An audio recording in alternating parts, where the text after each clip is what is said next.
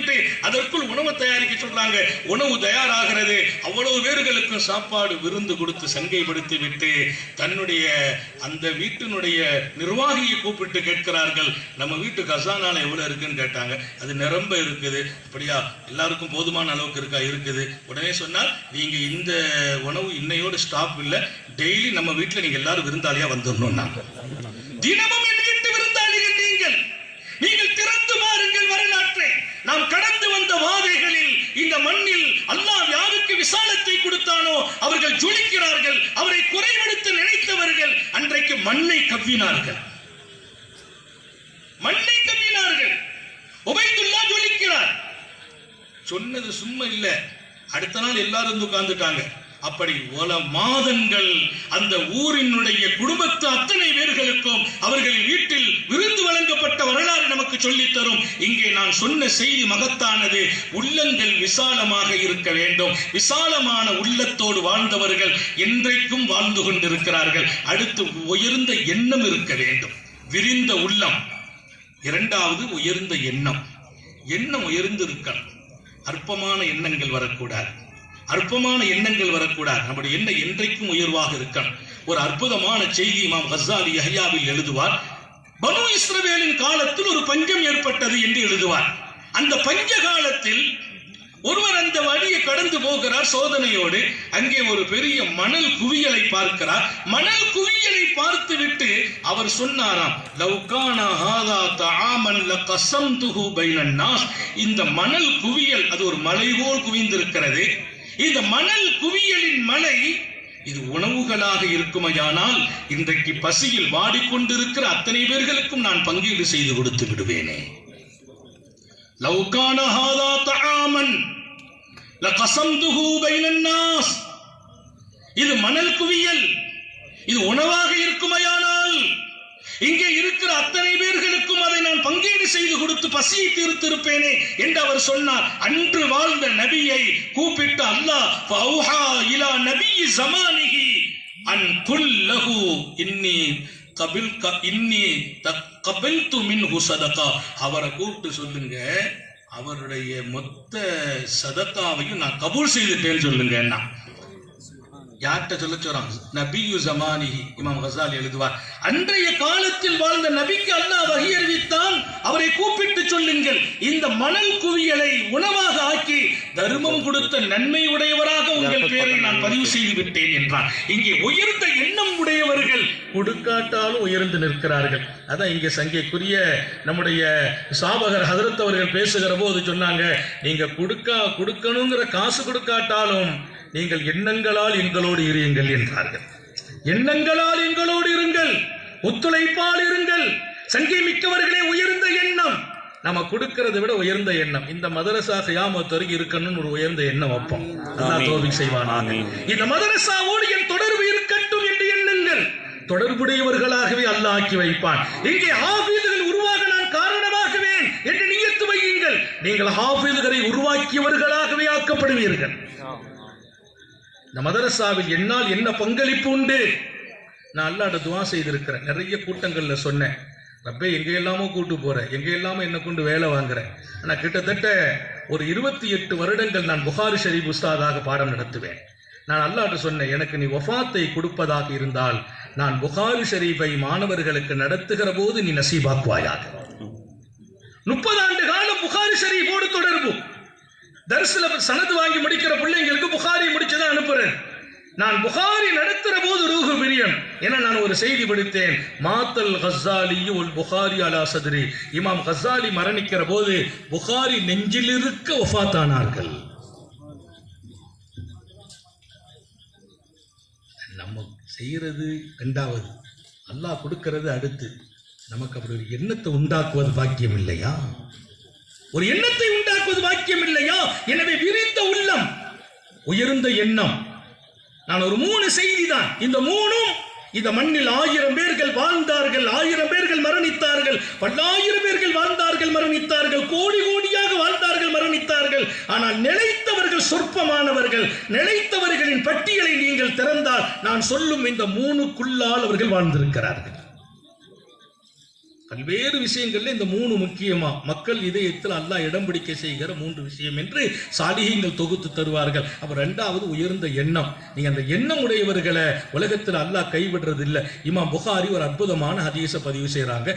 Tabuk யுத்தத்தை முடித்து விட்டு வருகிறார்கள். சர்காரை ஆலம் ஸல்லல்லாஹு அலைஹி வஸல்லம் பெருமானார் சந்தித்த போர்க்களில கொஞ்சம் கஷ்டமான போரில் தபூக் ஒன்று.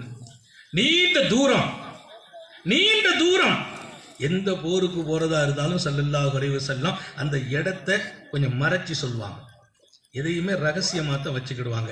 இந்த ஊருக்கு போறேன்னு சொல்ல மாட்டாங்க. அதை கொஞ்சம் இளமரக்காயா சொல்கிற பழக்கம் அல்லாஹுவின் தூதர் சர்காரை ஆலம் ஸல்லல்லாஹு அலைஹி வஸல்லத்துக்கு இருக்கும்.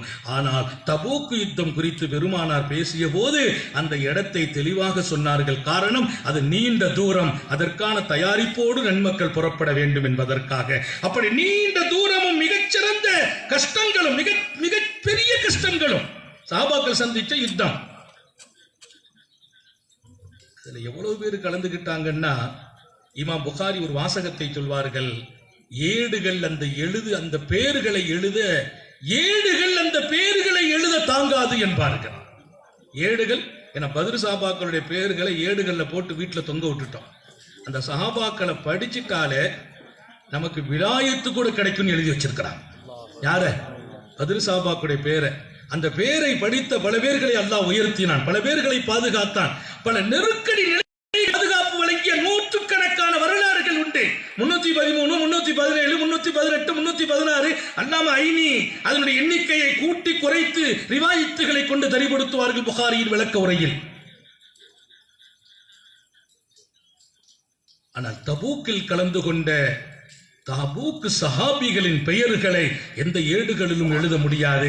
அல்லாமா ஐனி விளக்க உரையில் சொன்னார், சஹாபாக்கள் எவ்வளவு பேர் இருந்தாங்க? 40,000, ஒரு கருத்துல 70,000 பேர் இருந்தாங்களாம். பெருமானாருடைய காலத்தில் 70,000 பேரை கொண்டு ஒரு பெருமானார் ஒரு படைக்கு போய் இருப்பார்கள் என்றால் அது தபூக் என்பார்கள். 30, 40, 70 என்று சொல்வார்கள் பல்வேறு கருத்துக்களை. இங்கே அத்தனை பெரிய கூட்டம், மிகப்பெரிய கஷ்டமான காலம். அந்த யுத்தத்தை முடிச்சிட்டு ரசூலுல்லாஹ் திரும்ப வர்றாங்க. அந்த இடத்துல ஒரு வரி செய்தி இமாம் புகாரி எழுதுவார்கள். ஒரு வரி செய்தி. அது என்ன செய்தி? சர்காரை ஆலம் திரும்பி வந்து கொண்டிருக்கிற போது சிரமங்களையும் சோதனைகளையும் நூற்றுக்கணக்கான தங்கள் பொருளாதாரத்தையும் தீனின் வளர்ச்சிக்காக, தீனை நிலைநிறுத்துவதற்காக கொடுத்து வந்த சஹாபிகள் வர்றாங்க. இப்ப பெருமானார் ஸல்லல்லாஹு அலைஹி வஸல்லம் இன்னஃபில் மதீனத்தி அக்வாமன் மா கதஅனா வாதியா வலா அன்ஃபக்னா நஃபகா இல்லா வஹும் ஷாரகூனா மஅனா வஹும் பில் மதீனா. மதீனாவில சில பேர் இருக்கிறார்கள் என் தோழர்கள். இங்கே நாம் பல சிரமங்களை சந்தித்தோம், பல போர்க்களத்தினுடைய யுத்திகளை கையாண்டிருக்கிறோம், பல கஷ்டங்களை சந்தித்திருக்கிறோம். நிறைய காசுகளை செலவு செய்திருக்கிறோம். அவர்கள் இதில் எந்த ஒன்றிலும் கூட்டாகவில்லை. ஆனாலும் அவர்கள் மதீனாவில் தான் இருக்கிறார்கள். இருப்பினும் அவர்கள் காசை செலவழிக்கவில்லை, அவர்கள் நம்மோடு பயணிக்கவில்லை, சிரமங்களை சந்திக்கவில்லை. இருப்பினும் நாம் சந்தித்த சிரமங்களில், நாம் கொடுத்த செலவுகளில், நாம் அளித்த பொருளாதாரத்தில் அவர்களையும் அல்லாஹ் சமமாக கூட்டாளிகளாக ஆக்கிவிட்டான். நமக்கு சமமான கூட்டாளிகள் அவர்கள். இல்லாஹும் ஷாரகூனா மஅனா, நம்ம கூட அவங்க கூட்டாயிட்டாங்க. சஹாபாக்கள் பார்வைகளை உயர்த்தி வியப்பில் தூக்கிய இமையை கீழே போடல. வியப்பில் உயர்த்திய இமைகளை மாணவியின் அற்புத தோழர்கள் கீழே இறக்கவில்லை. அவ்வளவு வியப்பாக இருந்தது. என்ன எத்தனை ஆயிரம் சிரமங்கள், காலமெல்லாம் தேடிய பொருளாதார மொத்தத்தையும் கொடுத்திருக்கிறோம். ஹஜ்ரத் உஸ்மானே கனி தபூக்குக்கான மிகப்பெரிய பொருளாதாரத்தை மொத்தமாக கொடுத்த மாமனிதர் என்று அல்லாமா ஐனி இமாம் புகாரி எழுதுவார்கள். மொத்த பணத்தையும் தபூக்கின் வளர்ச்சிக்கு கொடுத்தார்கள், தபூக்கினுடைய யுத்தத்தின் வெற்றிக்கு கொடுத்தார்கள் உஸ்மானே கனி. அப்படி கொடுத்த பெருமக்கள் நிரம்ப இருக்க சுந்தர நபிகள் ஸல்லல்லாஹு அலைஹி வஸல்லம் எந்த ஒரு காசையும் கொடுக்காமல், போரிலும் பங்காற்றாமல், பயணத்திலும் கூட்டாகாமல், மதீனாவில் இருக்கிற அவங்களுக்கு நமக்கு கொடுக்கிற கூலிக்கு அப்படியே சமமான கூலி அல்லாஹ் கொடுக்கிறான் போது உயர்த்தி இமைகளை சாபிகள் கீழே தாழ்த்தல்ல. பெருமானாட்ட கேள்வி கேட்கணும், நபி பதில் கேட்கல. கேட்கறதுக்கு முந்தி பதில் சொல்லிட்டாங்க. ஒகும் பில் மதீனா, அவங்க இருந்தது மதீனா தான். அபசகுமுல் உதுர், வரணும்னு நினைச்சாங்க, சூழ்நிலை வர முடியாம ஆயிட்டு. ஷாரகூனா பி ஹுஸ்னி நியத்திஹிம், அவங்க உயர்ந்த நியத்து எண்ணம் இருந்துச்சு, நாமளும் அங்க இருக்கணுமேன்னு நினைச்சாங்க. அல்லாஹ் நம்ம கூட உட்கார வச்சுட்டாங்க. நாம அங்கே இருக்கணுமே என்று நினைத்தார்கள். நம்முடைய காசும் செலவாக வேண்டுமே என்று நினைத்தார்கள். அந்த யுத்தத்தில் பங்களிப்பில் எனக்கு மகத்தான அருள் வேண்டுமே என்று நினைக்கிறார்கள். ஆனால் காரணம் நிர்பந்தம், உடல்நிலை ஆரோக்கிய குறைவு, அவர்களால் வர முடியவில்லை. அவர்களுக்கு இருந்த அந்த எண்ணம், நமக்கு கிடைக்கிற அத்தனை கூலியிலும் சம பங்காளர்களாக அல்லாஹ் அவர்களை தேர்ந்தெடுத்தான். நான் உங்கள் நினைவுக்கு தருகிறேன், மகத்தான நமது எண்ணம், விரிந்த உள்ளம், உயர்ந்த எண்ணம் வாழ்க்கையில் என்றைக்கும் காணாக்கி விடாதீர்கள், என்றைக்கும் தொலைத்து விடாதீர்கள். அல்லாஹ் கொடுக்கிற பொருள் விரிந்த உள்ளத்தோடு இருக்கட்டும். குடும்பங்களுக்கு விசாலமாக செய்யுங்கள். அன்னை அஸ்மாவை பார்த்து அகிலத்தின் அருட்கொடை சொன்னார்கள், அஸ்மா நீங்க செலவு செய்யணும், நிறைய செலவு செய்யுங்க. ஒரே ஒரு நிபந்தனை, கணக்கு பார்த்து செலவு செய்யாதீர்கள். நம்ம ஒரு பழக்கம் வச்சிருக்கோம், கணக்கு பார்த்து செலவு செய்யணும், ஆத்துல போட்டாலும் அளந்து போடணும். இதுக்கெல்லாம் நமக்கு நிறைய பழமொழிகள் இருக்கிறது. கணக்கு பார்க்காமல் செலவு செய்யுங்கள். அதுக்கு பெருமானார் சொன்ன பதில் ரொம்ப அழகானது. ஏன் அப்படி தெரியுமா? யூசில்லாஹு அலை, அல்லாவும் கணக்கு பார்க்காமல் கொடுக்கணுமா இல்லையா? கணக்கு பார்க்காமல் செலவு செய்யுங்க. நீங்க கணக்கு பார்த்து செலவு செய்கிறீர்களா? யூசில்லாஹு அலை, அல்லாவும் கணக்கு பார்த்து தான் தருவான். அவன் நீ கொடுக்கிற போது கணக்கில்லாமல் தருகிறேன் என்கிறான். நீ கொடுக்கிற போது கணக்கில்லாமல் தருகிறேன் என்கிறான். கொடுப்பதற்கும் அவன் தயார். நான் கொடுக்கிற போது இன்னொரு பக்கம் கொடுத்ததற்கான உயர்வுகளையும் நன்மைகளையும் அவன் எழுதவும் தயார். இன்னொரு பக்கம் நான் மன்னித்த 1000 ஆண்டுகளுக்கு பின்னால் இந்த உலகத்தில் என்னை பற்றி பேச வைக்கிற மனிதர்களையும் அவன் உருவாக்க தயார். ஆனால் அற்பமான நமது உள்ளத்தின் விசால குறைவுகளால் அந்த நசீபுகளை விட்டு நாம் விலகி நிற்கிறோம். நசீபை அடைய வேண்டுமா இல்லையா? ஒவ்வொருவர்களின் இதயத்திலும் துடிப்புகள் வரட்டும். இன்ஷா அல்லாஹ் இந்த மதரசாவும் இந்த மஸ்ஜிதும் இன்னும் விசாலமான இந்த இடத்தில் விரிவாக்கமாக வேண்டும். இன்னும் என்ன தேவைகள்? ஒன்று, நான் என் விசாலமான உள்ளத்தால் இதற்கு என் பங்களிப்பை ஆக்குறேன், இல்லை என்றால் என்னுடைய உயர்ந்த எண்ணத்தால் பங்களிப்பு கொடுப்பேன் என்ற நியத்து வைப்போம். செய்யலாமா இன்ஷா அல்லாஹ்?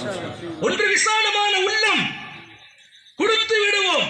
இன்னொன்று, கொடுப்போம் என்று நினையுங்கள், நினைத்ததற்கும் கூலி உண்டு என்றார்கள் முஹம்மதுர் ரசூலுல்லாஹ் ஸல்லல்லாஹு அலைஹி வஸல்லம். எண்ணம் கெட்டு போனா எல்லாம் கெட்டு போயிடும். ஹிஜ்ரத்து போனவங்களுக்கு கூலி 1-2 இல்லை, சரியான நேரத்தில் முடிச்சுக்கிடுவேன். இப்ப நீங்க முடிங்கன்னு சீட்டு வர்றதுக்கெல்லாம் இடம் கொடுக்கறதுனா இல்லை. ஏன்னா இந்த மார்க்கங்கிறது, இதை பற்றி சொல்வதுங்கிறது, இதுல அலுப்பு தட்டாம நீங்க கேட்டுக்கிட்டே இருக்கணும். இதுல அலுப்பு தட்டுச்சுன்னா ஈமான்ல விலகினோன்னு எழுதுறாங்க. இதுல அலுப்பு உங்களுக்கு வரக்கூடாது. அலுப்பு தட்டும் வகையில் பேசுகிறவர்கள் நல்லவர்கள் இல்லைன்னு நாங்க ஸல்லல்லாஹு அலைஹி வஸல்லம். அலுப்பு தட்டுறமா நாங்களும் பேசக்கூடாது. அதனால இன்ஷா அல்லாஹ் நான் பொதுவா எல்லா கூட்டத்திலும் ஒரு பழக்கம், உங்க முகத்துல இருக்கிற இந்த கலகலப்பும் ஜொலிப்பும் உங்களுடைய பார்வையின் பக்கம் முழுக்க இருக்கிற நேரம் வரையில் இந்த பயான் சுபுகானாலும் தொடரும். நீங்க அங்கேயும் பாத்தீங்கன்னா முடிச்சுக்கிறது தான். அதனால இப்பவுமே பார்க்க ஆரம்பிச்சிடாதீங்க. உங்க முகத்தில் இன்னும் சிரிப்பு இருக்கிறது, இன்னும் பரபரப்பு இருக்கிறது. நீங்கள் தூக்கி வைத்த முகத்தை இன்னும் கீழே போடவில்லை. அது எனக்கு ஒரு பாக்கியம். சொல்ல வேண்டிய செய்தியை நான் சொல்வதில்லை, என் நாவில் ரப்பே சொல்லிக் கொண்டிருப்பான். நம்ம என்ன பேச முடியும்? அவன் சொன்னதை சொல்கிறோம். அவன் சொல்ல அனுமதித்தால் மட்டுமே சொல்வோம். நான் அடிக்கடி சொல்றது, ரப்பே நான் பேசுறது இல்லை, இங்க என்ன தேவையோ நீ பேச வேண்டும். அதற்கு எங்கள் நாவுகள் காரணமாக இருக்க வேண்டும். அல்லாஹ் நம் எல்லோருக்கும் தௌஃபீக் செய்வானாக. சங்கை மிக்கவர்களே, பெருமானார் ஸல்லல்லாஹு அலைஹி வஸல்லம் ஹிஜ்ரத்துக்கு கொடுத்த கூலியை வேற எதற்கும் கொடுக்கவில்லை. அத்தனை பெரிய பாக்கியம் என்றார்கள் ஹிஜ்ரத்துக்கு. ஹிஜ்ரத்துக்கு ஒருத்தர் போறார், மக்கால இருந்து மதீனா போறார், குடும்பத்தை விட்டுட்டு, சொத்தை விட்டுட்டு, வீட்டை விட்டுட்டு, மனைவி விட்டு, பிள்ளைகளை விட்டு, யாரெல்லாம் கலிமா சொல்லி அவ்வளவு பேரை விட்டு புறப்படுகிறார் என்றால் அதற்கு என்ன கைமாறு அல்லாஹ் கொடுக்க முடியும்? மன்கான ஹிஜ்ரத்து இலல்லாஹி வ ரசூல் ஹிஜ்ரத்துஹு இலல்லாஹி வ ரசூலிஹி. அல்லாஹ்வுக்காக ரசூலுக்காக ஒருத்தர் ஹிஜ்ரத்து போனா, அல்லாஹ்வுக்காக ரசூலுக்காக ஹிஜ்ரத் போன கூலிங்கிறாங்க. அதுக்கு விளக்கத்தை எடுத்து பாருங்க. அது அல்லாஹ்வுக்கே உள்ள ஹிஜ்ரத்து, அவன் தான் கூலி கொடுக்கணும், நாங்க அதை அளவுலாம் போட முடியாதுன்னு எழுதுறான். அது ரசூலுக்குள்ள ஹிஜ்ரத், அவங்க தான் அதுக்கு முடிவு செய்யணும். முடிவு செய்ய முடியாத இடத்துல இருக்கு ஹிஜ்ரத். ஆனா அந்த ஹிஜ்ரத்தை ஒருத்தர் வேற ஒரு நோக்கத்துக்கு பயன்படுத்தினாரு வைங்களேன், அவர் கடைசி வரைக்கும் அவமானப்பட்டு நிற்கிறார். வரலாற்றிலே நீங்கள் பார்த்தால் முஹாஜிர் உம்மு கைஸ் என்று ஒருவர் இருக்கிறார். முஹாஜிர் உம்முல் கைஸ் அவருக்கு பேரு. அவர் ஹிஜ்ரத் செய்தார். யாருக்காக? உம்முல் கைஸ் ஒரு பெண்மணி மதீனாவில் இருக்கிறார்கள். அந்த பெண்ணின் அழகும் அந்த பெண்ணின் நிலையும் இவருக்கு பிடித்திருந்தது. இவர் முடிவு செய்தால் நம்ம இங்கிருந்து ஹிஜ்ரத்து போயிட்டா அந்த பெண்ணை நிக்கா செய்துக்கலாம் அப்படிங்கிற நியத்தில் இவர் ஹிஜ்ரத்து புறப்பட்டு வந்தார். இவருக்கு வரலாறும் மார்க்கம் கொடுத்த பெயர் முஹாஜிர் உம்மு கைஸ். உம்மு கைஸுக்கு ஹிஜ்ரத்து செய்தவர். இன்றைக்கும் ஹதீஸினுடைய மிகப்பெரிய விளக்கம் முஹாஜிர் உம்மு கைஸ் என்று அவருக்கு பேரு கொடுத்திருக்கு. நம்ம எல்லாம் முஹாஜிர் பில்லா சஹாபாக்கள் போறான். முஹாஜிர் பில்லாஹி வ ரசூல், அல்லாஹ் ரசூலுக்கான முஹாஜிரீங்கள் சஹாபிகள். ஆனா அவருக்கு முஹாஜிர் உம்மு கைஸ் அந்த பேரு நிக்கிறது. கியாமத் வரைக்கும் முஹாஜிர் உம்மு கைஸ்ன்னு எடுத்து பார்த்தா ஒரு பொம்பளை அடைவதற்கு ஹிஜ்ரத் செய்தவர் என்ற பட்டியலை பெற்றிருக்கிறார். போர்க்களத்தில் ஷஹீதான மிகப்பெரிய அந்த போர் வீரர்களுக்குள்ள கூலி அதற்கு எந்த நிகரும் இல்லை. பெருமானார் சொன்ன ஒரு ஹதீஸ் புகாரில பதிவாக, இன்னி உஹிப்பு அன் முகாத்தில ஃபீ ஸபீலில்லாஹ் சும்ம உக்தல் சும்ம உகாத்தில் சும்ம உக்தல் சும்ம உகாத்தில் சும்ம உக்தல். இமாம் புகாரி பதிவு செய்வார், நான் பிரியப்படுகிறேன், அல்லாஹ்வின் பாதையில் அறப்போர் செய்ய வேண்டும், நான் அதில் ஷஹீதாக வேண்டும், மீண்டும் சும்ம உஹயா சும்ம உக்தல் சும்ம உஹயா சும்ம உக்தல், அல்லாஹ் எனக்கு உயிர் கொடுக்க வேண்டும், நான் மீண்டும் போர் செய்து ஷஹீதாக வேண்டும், அல்லாஹ் எனக்கு உயிர் கொடுக்க வேண்டும், மீண்டும் போர் செய்து ஷஹீதாகணும். அவ்வளவு பெரிய நன்மையை பெருமானார் நமக்கு வார்த்தைகளை இன்னொருத்தர் இதை விட கூடுதலா விளக்க முடியாது. ஒரு நபிக்கு இவ்வளவு பெரிய ஆசை இருக்குது. அல்லாஹ்வின் பாதையில் தன் உயிர் அர்ப்பணமாகுவதற்கு தீமைகளை எதிர்த்து பாவங்களை எதிர்த்து அசத்தியத்தை எதிர்த்து. போர்னா சும்மா போய் மனுஷனை குத்துறது இல்லை, வெட்டுறது இல்லை. நல்ல விளங்கிடணும். நாம என்னைக்கும் சமாதானத்தை விரும்புவர்கள், என்னைக்கும் சகோதர மதத்தோடு அன்பு காட்டுகிறவர்கள். கீழே விழுந்து கிடப்பவனின் ஜாதி பார்க்காதே, மதம் பார்க்காதே. நீ தொழுகையிலே இருக்கிறாய், ஒருவன் கீழே விழுந்து உயிருக்கு போராடுகிறானா,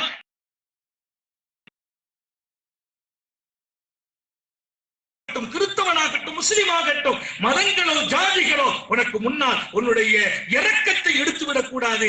அவர் மீது நீ காப்பாற்றும் பச்சாவாவும் உனக்கு இருக்குமையானால் தொழுகை விட அது சிறப்பான, வணக்கத்தை விட சிறப்பான.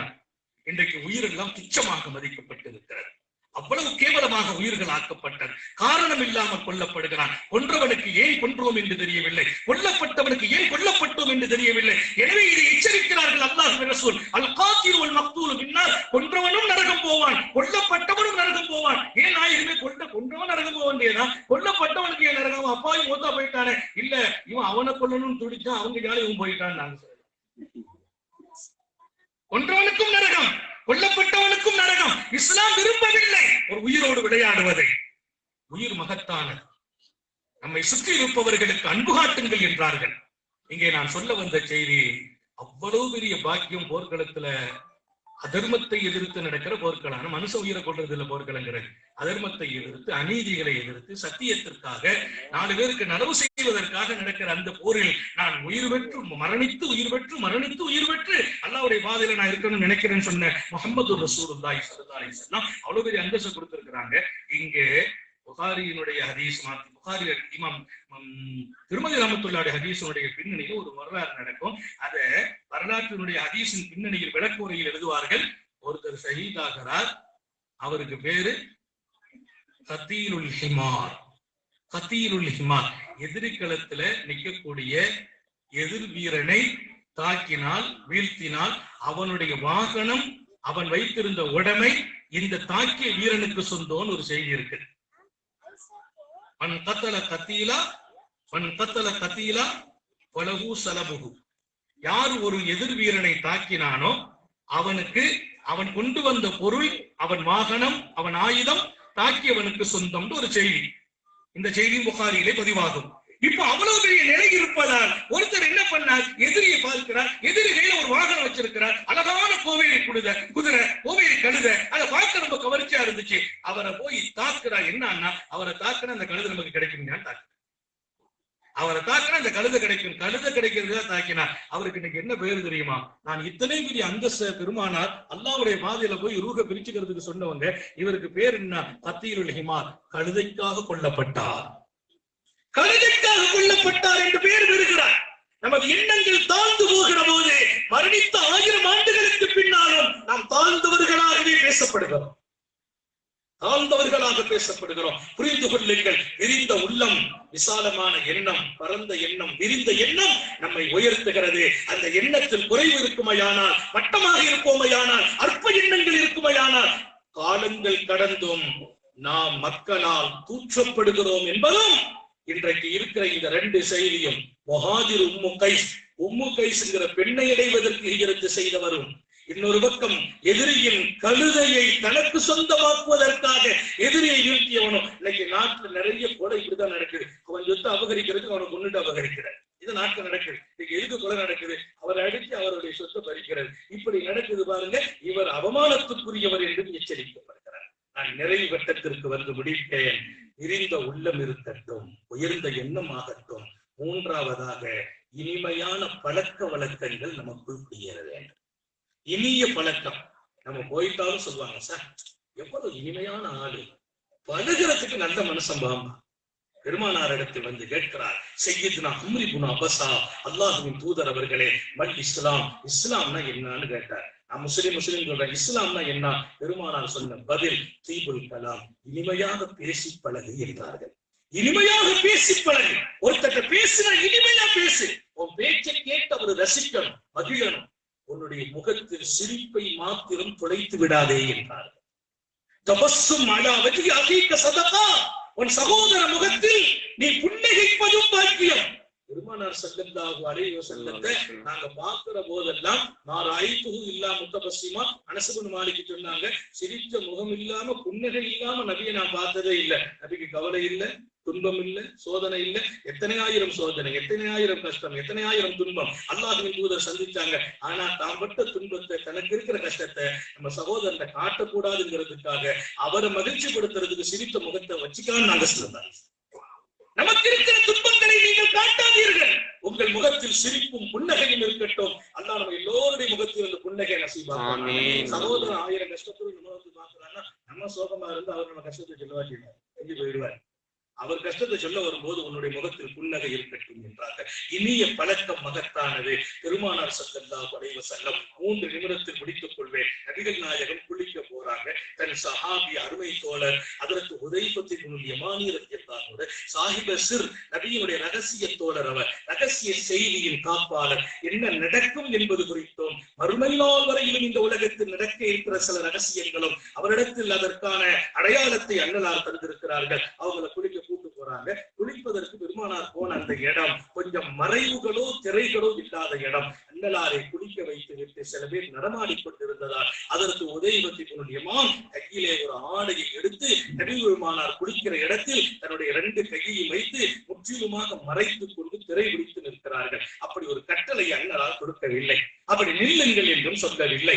அங்கே சில பேர்களின் நடமாட்டமும், அண்ணலார் குளிக்கிற போது அவர்கள் பெருமானாரை பார்த்து விட்டு பெருமானாருக்கு சங்கூச்சமாகி விடுமோ என்பதால் இப்படி பெருமானார் ஒதுக்குப்புறத்தில் தான் போய் குளிக்க போயிருக்கிறார்கள். அந்த கிணற்றுக்கு பக்கத்தில் இப்படி ஒரு துணியை பிடித்து மறைத்துக் கொண்டு நிற்கிறார் ஹுதைஃபா. அண்ணலார் குளிக்கிறார்கள். நன்கு குளித்து விட்டு வந்தார்கள். வந்தபோது கேட்டார்கள், ஹுதைஃபா நீங்கள் குளிக்க செல்லுங்களேன் என்கிறார்கள். அதற்கு ஹுதைஃபாவும் அண்ணலார் சொன்னார் என்று குளிக்க போன போது பெருமானார் அந்த ஆடை கையில் எடுத்து பிடிக்க ஆரம்பிக்கிறார்கள். பெருமானார் அந்த ஆடையை கையில் எடுத்து பிடிக்க ஆரம்பிக்கிறார்கள்.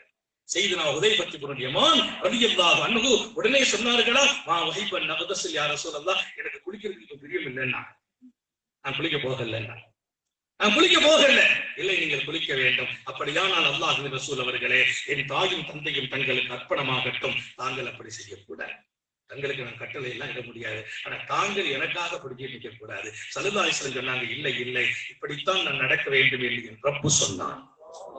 இப்படித்தான் நான் நடக்க வேண்டும் என்று என் ரப்பு சொன்னான். நீங்கள் நன்கு புரிந்து கொள்ளுங்கள். இனிய பழக்க வழக்கம் என்பது, இனிமையான நடைமுறை என்பது, இனிமையான அணுகுமுறை என்பது, இனிமையான பேச்சு என்பது, நான் மரணித்த பின்னாலும் 10,000 இதயங்களில் என்னை அல்லாஹ் வாழச் செய்கிறான், என்னை பேச செய்கிறான், என்னை புகழ வைக்கிறான். என் மன்னரை காலம் காலம் ஜொலிக்கிறது. எனவே அழகிய இனிமையான பேச்சு பழக்கங்கள், இனிமையான நடைமுறைகள் இந்த மண்ணில் பல பேர்கள் வாழ்ந்த பின்னால், மறைந்த பின்னால் வாழ வைத்துக் கொண்டிருக்கிறது. விரிந்த உள்ளம், உயர்ந்த எண்ணம், இந்த 3ம் நம்மிடத்தில் குடியேற அல்லாஹ் தௌஃபீக் செய்வானாக. பாக்கியமுள்ள ஆலிம்களும் மூத்த பெருமக்களும் சங்கையான உலமாக்களும் இங்கே நிரம்பி இருக்கிறார்கள். ஃபைசுல்லா புகாரி எனக்கு அழைப்பு கொடுத்த போது சொன்னேன், மௌலவி அந்த குடும்பமே நம்மளுடைய தொடர்புல இருக்கிறாங்க, நம்மளோட பையத்து வாங்கின பிள்ளைங்க இருக்கிறாங்க. அந்த பெருமக்கள் அழைத்த போது சொன்னேன், என்ன விஷயம், இந்த மாதிரி உண்மையிலேயே ஆசைப்பட்டேன். கேரளா உஸ்தாத் ஹதரத்து பேசுறாங்க, நான் சந்தோஷப்பட்டேன். ஏன்னா ரொம்ப கேரளாவுடைய உஸ்தாதமாக எல்லாம் வரும்போது நம்ம போய் பேசுறது இல்ல இருக்கிறது ரெண்டாவது, அந்த பெருமக்களுடைய துவா கிடைக்குமேன்னு வந்தேன். சாலிஹீன்களின் துவா. இங்கே நிறைய ஆலிம்கள் இருக்கிறீர்கள், எங்களுடைய அருமையான நிர்வாகிகள் இங்கே பல பேர் வந்திருக்கிறார்கள், ஜமாத்தார்கள் வந்திருக்கிறீர்கள், நான் மாணவ கண்மணிகள் இருக்கிறீர்கள், எல்லோருக்கும் துவா செய்கிறேன். அல்லாஹ் இந்த 3 குணத்திற்கும் நம்மை தேர்ந்தெடுப்பார்கள். இங்கே நூருல் இஸ்லாமின் பிரின்சிபால் வந்திருக்கிறார்கள், எல்லோருக்கும் நான் துவா செய்து, சிறப்பான சகோதர மதத்தவர்கள் இங்கே நிறைய இருந்து கேட்கிறார்கள். எங்கள் சகோதர மதத்தை சார்ந்த ஆண்களும் பெண்களும் இங்கே வரிசையாக இருந்து கேட்கிறார்கள். அப்படியானால் இந்த நிகழ்ச்சி உண்மையில் கபூலான நிகழ்ச்சி, பாக்கியமான நிகழ்ச்சி. நீங்கள் இந்த மண்ணில் வாழுங்கள், வாழ்ந்த பின்னாலும் பேசப்படும் வாழ்க்கை வாழுங்கள். கடுகளவும் யாருக்கும் தீங்கு செய்து விடாதீர்கள், மனதால் கூட ஒருவரை காயப்படுத்தி விடாதீர்கள், வார்த்தைகளால் ஒருவருக்கு சங்கடப்படுத்தி விடாதீர்கள். உங்கள் சிரித்த முகமும் இனிய பழக்கமும் உங்களை வாழ வைக்கிறது என்ற உண்மையை புரிந்து கொள்ளுங்கள். வாழ்ந்த பின்னாலும் பேர் பெறுகிற இது போன்ற நல்ல சாதனங்களில் நமது வளர்ச்சி பொருளால், உடலால், உழைப்பால், நல்ல எண்ணங்களால் என்ன செய்ய முடியும் இப்போது யோசியுங்கள். இன்ஷா அல்லாஹ் ஒத்துழைப்போம். இந்த மதரசா நடக்குதா, இது எங்களுடைய சேலத்தின் மதரசா என்று கபூல் செய்வோம். அப்படிதானே? இது கேரளத்து மதரசா எங்கள் சேலத்திற்கு கொடுத்த வெளிச்சம். இது இங்கே வாழ வேண்டும்.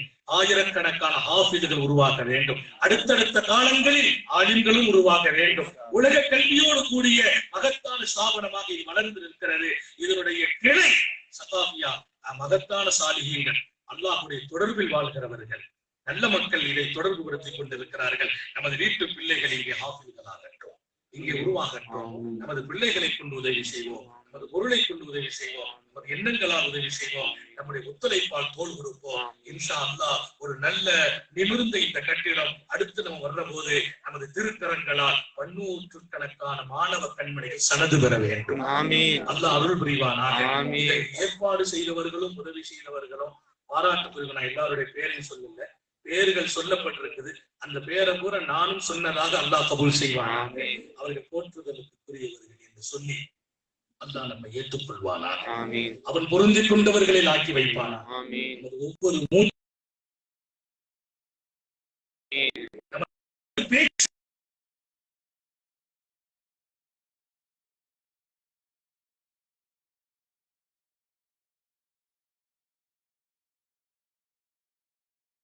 இஷ்கை ஓட வைப்பான்.